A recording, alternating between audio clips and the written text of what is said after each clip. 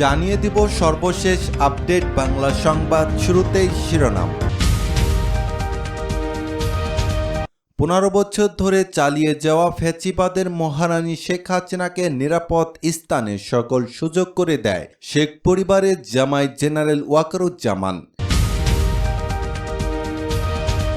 এদেশের গণতন্ত্রকামী মানুষ এবং মহান আত্মত্যাগী বলিয়ান সংগ্রামী দেশবাসীর সাথে বিশ্বাসঘাতকতা করেছে। জুলাই গণ অভ্যুত্থানে 2000 লাশ পড়ার পর জুনিয়র কর্মকর্তাদের চাপে আর নিজের প্রাণ বাঁচাতে সামরিকভাবে জনতার দাবির পক্ষে অবস্থান নেন সেনাপ্রধান ওয়াকারুজ্জামান।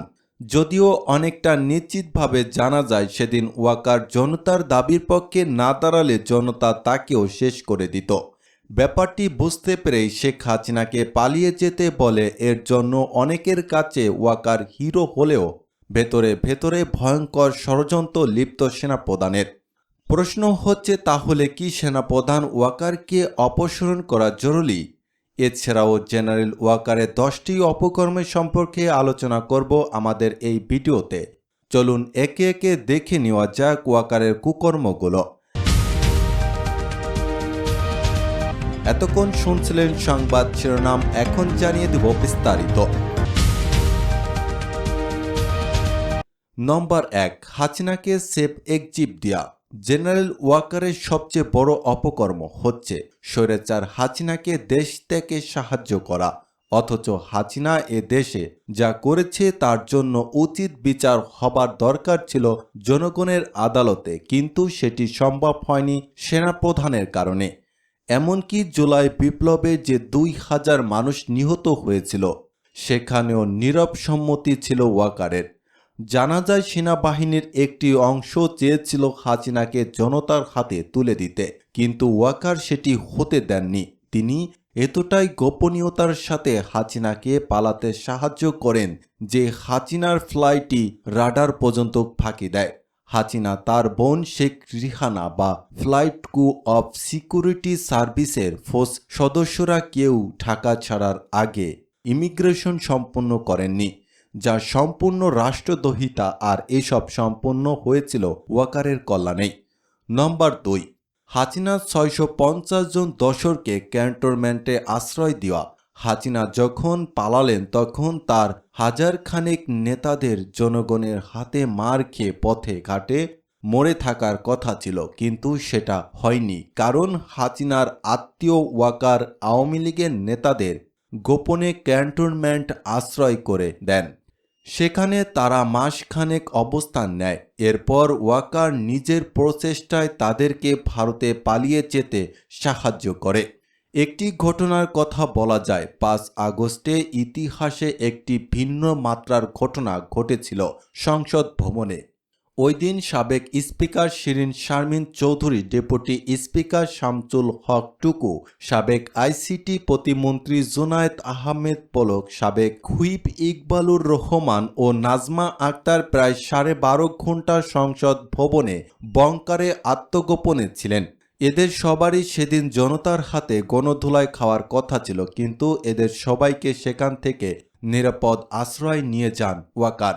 ওয়াকারের নেতৃত্বে একদল সেনা সদস্য, এমনকি জানা যাচ্ছে শিরীন শারমিন সহ অনেকে এখনও সেনাপ্রধানের আশ্রয়ে আছেন। নম্বর 3, পিলখানা হত্যার কমিশন হতে বাধা দেওয়া। 2009 সালের 25শে ফেব্রুয়ারি পিলখানায় যখন বিডারের গণহত্যা চালায় তখন ওয়াকার শত বড় ইস্ট বেঙ্গলের ওয়াইসি হিসেবে পিলখানায় যথাসময়ে পৌঁছেছিলেন, কিন্তু প্রতিরক্ষা উপদেষ্টা জেনারেল তারেক সিদ্দিকের ফোন পাওয়ার পর আর পিলখানার ভেতরে ঢোকার চেষ্টা করেননি। এই ঘটনার কথা তখন থেকে বাংলাদেশের সশস্ত্র বাহিনীর সকল তরুণ অফিসার এবং বীর জওয়ানেরা জানে। কেন তখন বিডারের অবরুদ্ধ সেনা অফিসারদেরকে ওয়াকার রক্ষা করেনি? বাংলাদেশের বিডার বিদ্রোহের প্রায় 1.5 দশক পর ঘটনার পূর্ণ তদন্ত শুরু করেছে অধ্যাপক মোহাম্মদ ইউনূসের নেতৃত্বাধীন অন্তর্বর্তী সরকার। গঠন করা হয়েছে জাতীয় স্বাধীন তদন্ত কমিশন। 4 লক্ষ পিলখানা হত্যাকাণ্ডের প্রকৃত ঘটনা উদ্ঘাটন ও জড়িতদের শনাক্ত করা। 2009 সালের ওই বিদ্রোহের ঘটনা তদন্ত বিচার প্রক্রিয়া নিয়ে শুরু থেকেই নানান প্রশ্ন তুলে আসছিলেন ভুক্তভোগীরা। অভিযোগ রয়েছে যে পিলখানা হত্যাকাণ্ডের সঙ্গে আওয়ামী লীগের বেশ কয়েকজন নেতা জড়িত থাকার পরেও তদন্তে তাদের নাম বাদ দেওয়া হয়েছে। জানা গেছে, পিলখানা হত্যা মামলার পূর্ণ তদন্ত যেন সম্পূর্ণ না হয় সেখানেও কলকাঠি নেড়েছেন ওয়াকার। নম্বর 4, পিলখানা হত্যার পুরো দায় বিটিআরকে দিয়ে দেওয়া। জানা যাচ্ছে, পিলখানা হত্যাকাণ্ডেও জড়িত ছিলেন ওয়াকার। অনেকেই বলেছেন ওয়াকার পিলখানা হত্যার সাথে জড়িত ছিল বলেই হাসিনা ওয়াকারকে সেনাপ্রধান বানিয়েছিল। জুলাই বিপ্লবে ওয়াকারের হাতে তৃতীয় কোনো অপশন না থাকার কারণে ওয়াকার হাসিনাকে পালাতে সাহায্য করে। এতে করে হাসিনা প্রাণে বেঁচে যায়। বলা যায় ওয়াকার হাসিনাকে বাঁচিয়ে দিয়েছে, না হলে সেদিন ফ্যাসিস্ট হাসিনাকে শেষ করে দিত সাধারণ মানুষ। স্বৈরাচারের বিচারও এভাবেই হবার কথা ছিল, কিন্তু ওয়াকারের জন্য তা সম্ভব হয়নি। হাসিনা পালানোর আগে ওয়াকার হাসিনাকে প্রতিশ্রুতি দেন তার সকল নেতাকর্মীকে নিরাপত্তা দিয়ে দেশ ত্যাগ করতে সাহায্য করবেন। ওয়াকার তার প্রতিশ্রুতি রক্ষা করেছে এবং এখনও করে চলেছে। তাছাড়া পিলখানা হত্যা মামলায় যে শুধু বিডিআর সদস্য নয়, সেনাবাহিনীর লোকেরাও জড়িত ছিল, সেটি স্বীকার করতে নারাজ ওয়াকার।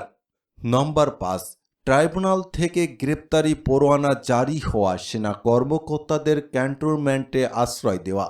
আন্তর্জাতিক অপরাধ ট্রাইব্যুনালের প্রসিকিউশনের সাবেক প্রধানমন্ত্রী শেখ হাসিনা ও তৎকালীন ডিজিএফআই প্রধানসহ 11 জনের বিরুদ্ধে অভিযোগ দায়ের করা হয়েছিল 9 অক্টোবর। গুমের অভিযোগটি দেন লেফটেন্যান্ট কর্নেল অবসরপ্রাপ্ত হাসিনুর রহমান বীর প্রতীক। নিজের গুম নির্যাতন, চাকরিচ্যুত হওয়ার বর্ণনা দিয়ে তিনি বলেন, আমাকে 2012 সালে সেনাবাহিনী থেকে গুম করা হয়। 43 দিন আমাকে হাত পা ও চোখ বেঁধে রাখা হয়। 2018 সালের 4 আগস্ট মিরপুরের ডিওএইচএস থেকে দ্বিতীয়বার গুম করা হয়। তখন গুম করে রাখা হয়েছিল 1.5 বছর। তাছাড়া বলেছে, চুপ না থাকলে আমাকে শেষ করে দেবে। আমার বিরুদ্ধে সাইবার আইনে 11টি মামলা করা হচ্ছে। এসব কর্মকাণ্ডের ভিত্তিতে কয়েকজন সেনা কর্মকর্তাদের বিরুদ্ধে গ্রেপ্তারি পরোয়ানা জারি হলেও তাদেরকে ক্যান্টনমেন্টে আশ্রয় দেন ওয়াকার। নম্বর 6, গুম খুনে জড়িত সেনা কর্মকর্তাদের দেশ ছাড়তে সহায়তা করা। স্বৈরাচার শেখ হাসিনার সময় পরিকল্পিত হত্যাকাণ্ড, গুম, সামরিক বাহিনীর মেধাবী কর্মকর্তা সদস্যদের উদ্দেশ্যে সামরিক আদালতের মাধ্যমে দোষী সাব্যস্ত করে বিনা পেনশনে চাকরিচ্যুত করা হয়। একই সঙ্গে হাসিনার সহযোগী হয়ে গুম খুনে জড়িত lieutenant general Mamun Khaled, lieutenant general Saif, Benazir, Harun, মনিরুলদের বিদেশে পালাতে সাহায্য করার পেছনে ওয়াকারের হাত আছে বলে মনে করা হয়। নম্বর 7, প্রধান উপদেষ্টাকে মেনে নিতে না পারা।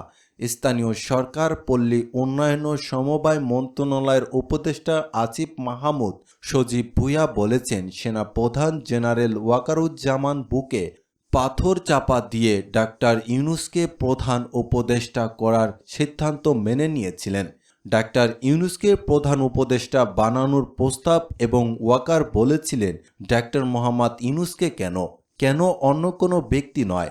ডাক্তার মোহাম্মদ ইউনূসের নামে মামলা আছে। তিনি একজন কনভিক্টেড ব্যক্তি। একজন কনভিক্টর ব্যক্তি কিভাবে একটা দেশের প্রধান উপদেষ্টা হতে পারেন?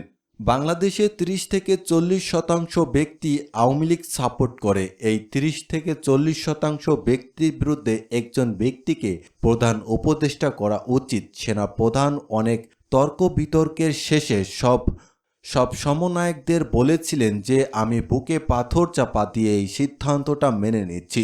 সেনাপ্রধান ডাক্তার ইউনূসকে মেনে নিতে পারেননি। তারা আরও অনেক